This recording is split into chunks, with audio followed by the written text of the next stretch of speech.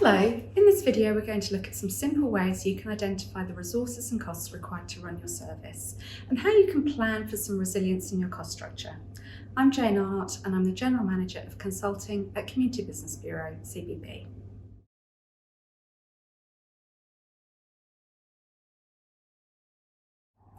Firstly, let's have a quick look at how you can work out how much it costs you to run your service or organisation, particularly how you can make sure you identify some of those hidden costs that can sneak up on you. The three key areas for you to consider are firstly, direct delivery. What are the direct costs of running your service based on the resources you need? Staff will be your biggest one, but you may also need to cover equipment, facilities, transport, etc. Second are the costs of running your service well. What are the additional things you need to do to ensure that your service runs smoothly, that you provide a good service, and that you continue to generate revenue? We've seen organisations miss some of these, particularly when budgeting new services. This includes your compliance costs. For example, you may have registration or audit fees for your service, and you may need to employ a quality manager. Human services providers are likely to have to provide staff with training, including some mandatory training. Plus, you should also think about your marketing costs. Even if you're not looking to grow, if customers leave your service for any reason, you'll need to attract new customers to replace them just to hold your current position.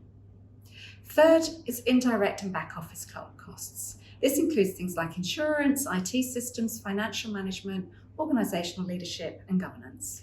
Secondly, let's look at how you can manage your costs to help your organisation be more financially resilient. For business resilience purposes, it's important to understand which of your costs are fixed, so they stay the same regardless of how much product or service you're delivering, and which are variable. Fixed costs include your office accommodation, your CEO salary, for example, and for a registered NDIS provider, it also includes your registration and compliance costs. You need to factor these into your business planning and budgeting. Variable costs will change as you offer more or less service. This could be room hire or sessional worker wages.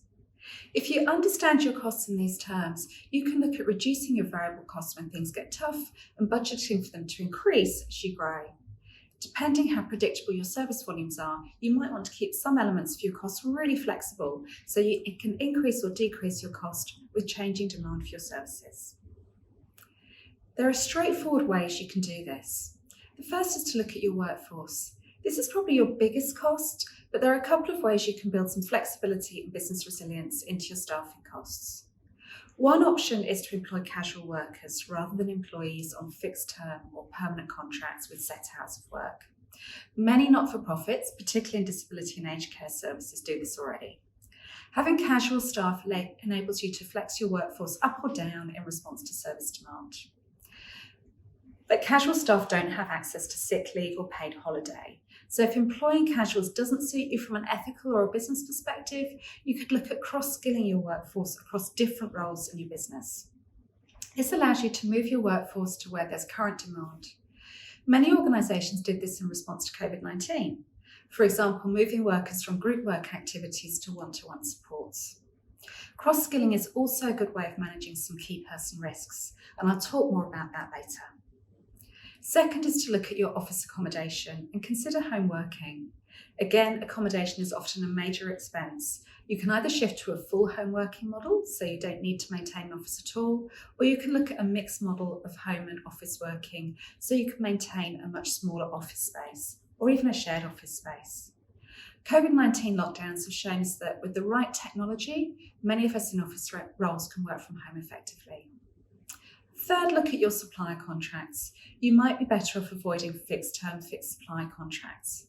For example, if you're paying for software on a per-user, per-month basis, month-to-month software licensing may be a better fit if the number of users keeps changing. This probably won't be the cheapest form of licensing, but it may be more cost-effective in the long term if it allows you to decrease your licensing if your workforce reduces. So I said I would talk about key person risk.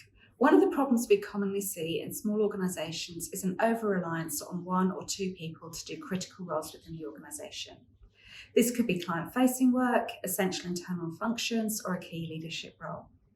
When this person leaves or is sick, or has to deal with an urgent issue, the rest of the work of the organisation falls apart, or the critical function that they're responsible for stops, or at best stumbles. You can often spot them because they're the people that rarely take leave or only for a short period. If the key person risk in your organisation isn't obvious, think about each of the people in your organisation and ask yourself, what would you do if they weren't available for a month or more? If you'd struggle, then it's worth thinking about strategies to manage a planned or unplanned absence of a key resource. This could include cross-skilling other members of the team to cover for them, outsourcing some of their functions to an external service provider, documenting their work processes so it's easier for someone else to pick up, or increasing your resources so you have more than one person working in the role. All of these options obviously have an impact on your costs, but if your resources are too skinny, you're risking your organisational resilience, the welfare of your staff, and the service to your clients. Finally, to think through other ways in which you can manage your costs, you can work through some scenarios. For example, if you had to cut 10% of costs tomorrow, what would you do?